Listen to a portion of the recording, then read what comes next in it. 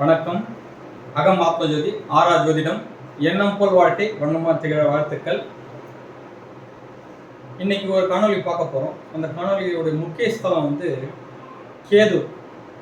கேது பகவானை பற்றி நம்ம முதல்ல தெரிஞ்சுக்க வேண்டிய விஷயம், நம்மளோட ஆத்ம பலத்தை அதிகமாக கொடுப்பாரு, ஞானத்தை அதிகமாக கொடுப்பாரு. திருவள்ளூர் பக்கத்தில் இருக்க திருப்பாச்சூர்ன்ற ஒரு கிராமத்தில் வாசீஸ்வரர் சிவபெருமான் இருக்காரு.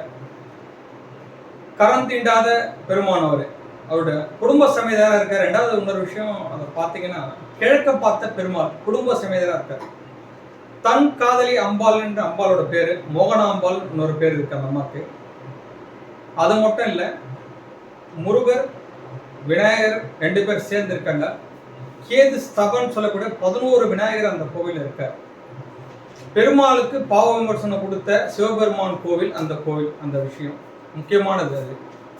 அது மட்டும் இல்லை, கேது சம்பந்தமா ஜாதகத்தில் பார்த்தீங்கன்னா அஸ்வினி நட்சத்திரம், மக நட்சத்திரம், மூல நட்சத்திரம் சம்பந்தப்பட்டவங்க ஜாதகத்தில் கேது லக்னத்தில் இருந்தாலும் சரி, லக்னத்துக்கு 2, 7 அதே மாதிரி 12 இது சம்பந்தமான கேதுவோட ஆதிபத்தியம், கேதுவோட காரத்துவத்தில் யாரெல்லாம் அந்த ஜாதகத்தில் ஈடுபடுறீங்களோ அந்த ஜாதகத்தில் எனக்கு கேது வந்து சம்மந்தப்பட்டிருக்கு சார், இது கொஞ்சம் சரியா இல்லை, நீச்சியாக இருக்குது, நல்ல சுககரமாக இருந்தாலும் அந்த கோயிலில் போய் நீங்கள் பரிகாரம் செஞ்சீங்கன்னா ரொம்ப நல்ல விஷயம். இது மட்டும் இல்லை, இந்த சிவபெருமானோட வரலாறு பார்த்தீங்கன்னா,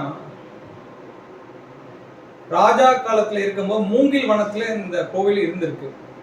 வாசீஸ்வரன் அந்த பேர் என்ன பார்த்தீங்கன்னா, அந்த மூங்கில் வனத்தை எல்லாம் வெட்டி எட்டுன்னு ஒரு மாடு வந்து பால் சுரந்துருது. சுயம்பலிங்கம் சிவபெருமான் இதில் இருக்கிறது. அந்த மாடு வந்து பால் சுரந்தோன்னா, மாடு பால் கறக்கிறவர் வந்து பார்த்து இந்த மாடு பால் சுரக்க மாட்டுது மடத்துக்கு வந்து அப்படின்னு சொல்லிட்டு பார்த்துட்டு ராஜா கிட்ட சொல்றாங்க. ராஜா வந்து அந்த மூங்கில் வனத்தை அழிச்சிட்டு வராங்க.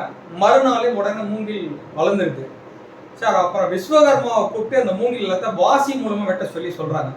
விஸ்வகர்மா வந்து வாசியை வந்து வெட்டுறாங்க.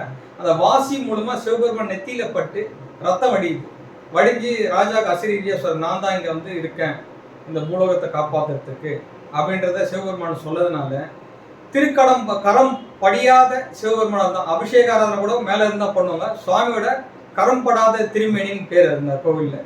சுவாமி வந்து தொடாம அப்படியே அபிஷேக ஆராதனைலாம் செய்வாங்க. குடும்ப சமேதரை பார்த்தா முதல்ல அம்பாள், அடுத்தது முருகர், அப்புறம் விநாயகர், அதுக்கப்புறம் சிவபெருமான். எல்லாருமே ஒரே திசையை நோக்கி இருப்பாங்க. ஏன்னா கல்யாண குலத்தோட குடும்ப சமேதரா அந்த கோவில் சம்பந்த குடும்பம் சார்ந்த ஒரு விஷயங்கள், அதாவது குடும்ப ஒத்துமை நன்மை வேணும்னா அந்த கோவில் போயிட்டு வாங்க. கேதோட சம்பந்தப்பட்ட எல்லா பரிகாரமும் அந்த கோவிலில் செய்யலாம். முக்கியமான ஸ்தலம்னு சொல்லக்கூடிய கேதுக்கு உண்டான கொள்ளு நீங்கள் போட்டு 11 தீபம் விளக்கேற்றலாம், 12 தீபம் போட்டு விளக்கேற்றலாம். இது எல்லாமே விநாயகர் இருக்கிறதுக்கு செய்யணும். ஏன்னா விநாயகர் தான் கேது. எல்லாரும் புரிஞ்சுக்க வேண்டிய விஷயம்.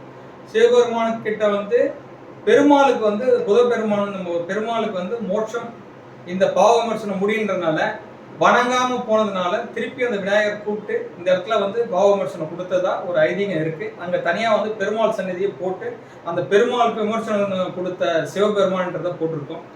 சப்தமாக தான் இருக்கு. கிட்டத்தட்ட இந்த கோயிலோட வரலாறு பார்த்தீங்கன்னா 5000 வருஷம் பழமையான கோவில். ரொம்ப பார்க்க வேண்டிய ஸ்தலம். இது மட்டும் இல்லை, எல்லா மனதுக்கு அமைதியான ஒரு விஷயம் அந்த கோயிலை பண்ண நிறைவா இருக்கும்.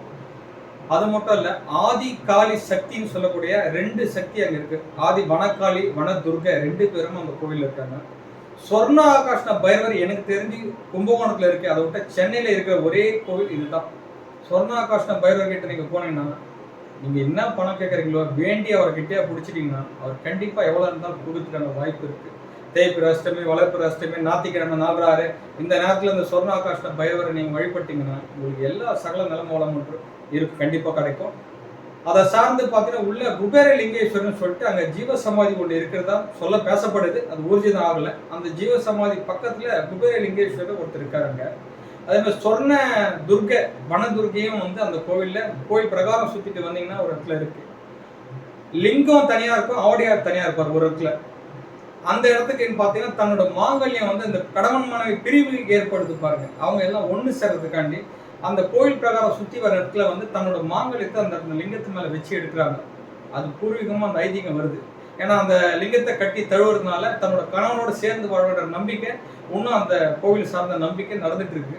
ஸோ இந்த கோவிலுக்கு போய் எல்லா வளமும் நலம் பெற்று வாழணும்னு சொல்லிட்டு எல்லாரும் வேண்டிக்கிறேன். நன்றி, வணக்கம். அகம் ஆத்ம ஜோதி.